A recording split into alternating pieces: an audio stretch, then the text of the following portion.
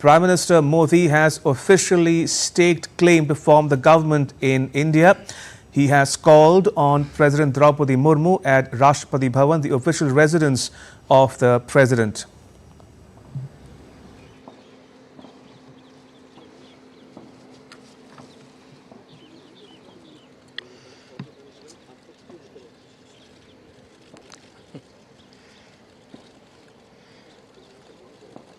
नमस्ते साथियों।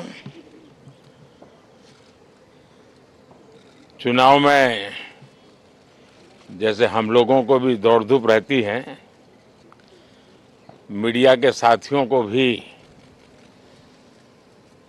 बहुत परिश्रम करना पड़ता है, रात दिन दौड़ना पड़ता है, अलग अलग लोकेशन को कवर करना पड़ता है। तो आप लोगों ने भी बहुत कष्ट उठाया है।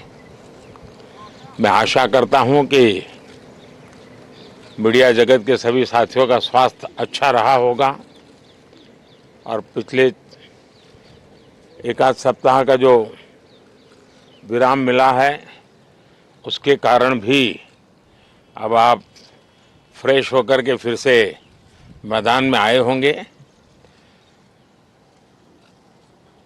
तो 18वीं लोकसभा, और वैसे भी हमारे यहाँ व्यक्ति के जीवन में 18वीं इसका बड़ा महत्व होता है। एक नए कालखंड में प्रवेश करता है, टीनेज समाप्त करके। ये 18वीं लोकसभा एक प्रकार से नई ऊर्जा, युवा ऊर्जा और कुछ कर गुजरने के इरादे वाली ये लोकसभा है। और आजादी का अमृत महोत्सव के बाद का ये पहला चुनाव है। और एक प्रकार से ये वो 25 वर्ष हैं जो हमारे अमृतकाल के 25 वर्ष है, और जो 2047 देश जब आजादी की शताब्दी मनाता होगा, एक प्रकार से उन सपनों को साकार करने का एक बहुत महत्वपूर्ण पड़ाव ये 18वीं लोकसभा है। साथियों, एनडीए सरकार को तीसरी बार देश की सेवा करने का देशवासियों ने आदेश दिया है, अवसर दिया है। मैं देशवासियों का फिर से एक बार ये अवसर देने के लिए हृदय से आभार व्यक्त करता हूं। और मैं देशवासियों को विश्वास देता हूं कि पिछले 2 टर्म में जिस गति से देश आगे बढ़ा है, समाज के हर क्षेत्र में परिवर्तन साफ साफ नजर आ रहा है। 25 करोड़ लोगों का गरीबी से बाहर आना, ये अपने आप में हर भारतीय के लिए बड़ा गर्व का विषय है। और मैं देशवासियों को विश्वास दिलाता हूं कि 18वीं लोकसभा में भी, हमारे 5 साल के कार्यकाल में भी, हम उसी गति के साथ, उतने ही समर्पण भाव से देश की आशा आकांक्षाओं को पूर्ण करने में कोई कमी नहीं रखेंगे। आज सुबह एनडीए की मीटिंग हुई थी। एनडीए के सभी साथियों ने मुझे फिर से एक बार इस दायित्व के लिए पसंद किया है, और सभी एनडीए के साथियों ने राष्ट्रपति जी को इसकी जानकारी दी और राष्ट्रपति जी ने मुझे अभी बुलाया था और मुझे प्रधानमंत्री डेजिग्नेटेड के रूप में काम कर एक नियुक्ति दी है और मुझे शपथ समारोह के लिए और मंत्रिपरिषद के सदस्यों के सूची के लिए उन्होंने सूचित किया है। मोटे तौर पर मैंने राष्ट्रपति जी को कहा है कि हमें 9 तारीख शाम को सुविधा रहेगी। अब बाकी डिटेल तो राष्ट्रपति भवन वर्कआउट करेगा और हम तब तक मंत्रिपरिषद की सूची राष्ट्रपति जी को सुपुर्द करेंगे। उसके बाद शपथ समारोह होगा। साथियों, सरकार एनडीए की एक प्रकार से एनडीए 1, एनडीए 2 और एनडीए 3 ये एक निरंतरता है और हमारे संकल्पों को लेकर के, सुशासन के प्रति हमारी प्रतिबद्धता को लेकर के और देश के सामान्य जन के सपनों को पूरा करने के प्रयास के रूप में इस निरंतरता को हम और अधिक ऊर्जा के साथ और अधिक व्यापक विजन के साथ आगे बढ़ाएंगे और समय सीमा में लक्ष्यों को प्राप्त करने का हमारा प्रयास रहेगा।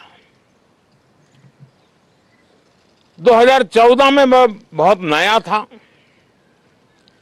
मुझे अब एक लंबे समय तक इस कार्य का अनुभव मिला है, हमारी टीम को अनुभव मिला है और इसलिए हमारे लिए अब तुरंत ही काम को आगे बढ़ाना बहुत ही सरल रहने वाला है और इस अनुभव का लाभ भी देश की सेवा करने में मिलने वाला है। इन 10 साल के कार्यकाल के दरमियान भारत की वैश्विक जो छवि बनी है, दुनिया के लिए एक विश्व बंधु के रूप में भारत उभरा है, इसका मैक्सिमम एडवांटेज अब शुरू हो रहा है और मुझे पक्का विश्वास है ये 5 वर्ष वैश्विक परिवेश में भी भारत के लिए बहुत उपयोगी होने वाले हैं। दुनिया अनेक संकटों से गुजर रही है, अनेक तनावों से गुजर रही है, अनेक आपदाओं से गुजर रही है। ऐसी विकट परिस्थिति दुनिया ने बहुत लंबे अरसे के बाद देखी है। हर देश इन सारी समस्याओं के बीच अपने आप को बचाए रखना, बढ़ाते रहना, चुनौतियों का डगर डगर पे सामना कर रहा है। हम भारत वाले लोग, हम भारतवासी खुद नसीब हैं कि इतने बड़े संकटों के बावजूद भी हम आज विश्व की सबसे तेज गति से बढ़ने वाली इकोनॉमी के रूप में जाने गए हैं। ग्रोथ के विषय में भी दुनिया में हमारी वाहवाही हो रही है। अब एक स्टेबल गवर्नमेंट मिलने के कारण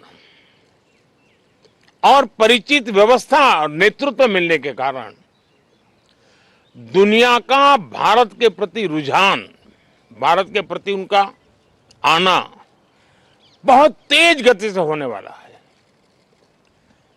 और मुझे विश्वास है कि देश के सभी राज्यों को इसका लाभ मिलेगा। देश की युवा पीढ़ी को सबसे ज्यादा लाभ मिलेगा। विकास के नए ऊंचाइयों को छूने में एक वैश्विक भागीदारी का वातावरण आने वाले 5 साल में बनने वाला है।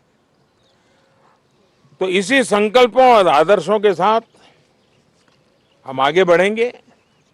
मैं राष्ट्रपति जी का हृदय से आभार व्यक्त करता हूं कि एक बहुत बड़े महत्वपूर्ण दायित्व के लिए उन्होंने मुझे निमंत्रित किया है। आप सबका भी दोस्तों बहुत बहुत धन्यवाद। Thank you.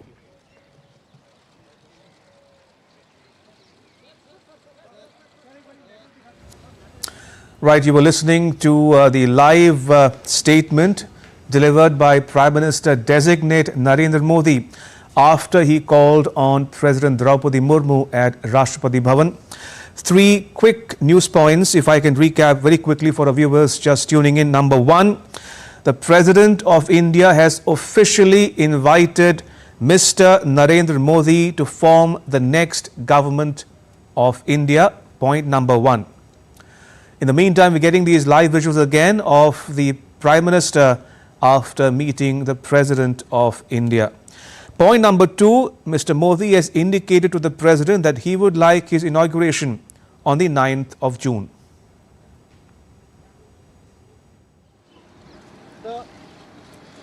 तृप्त हुए कि नहीं भाई?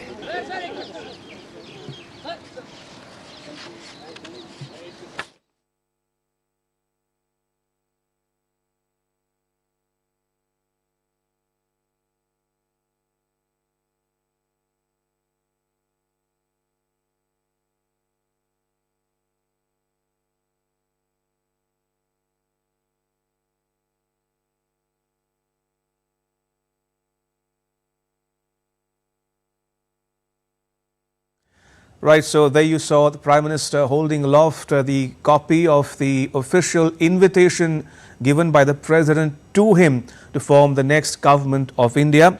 And in the meantime, between now and Sunday, the Prime Minister says he will present a list of his Council of Ministers to the President for appropriate action.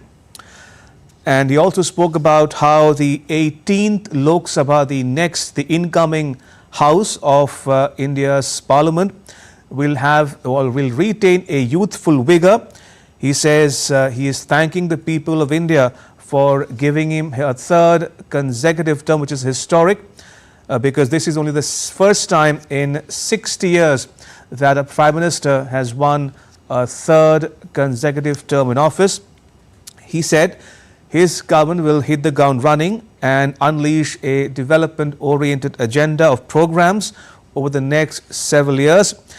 And he also spoke about how NDA 3.0 will have on its agenda the development works for the entire cross-section of Indian society, and how the world is in a state of flux as we speak because of geopolitical crises and also natural disasters plaguing the world. So he says India finds itself in a position to make the most of the opportunity presented to it over the next 5 years as well.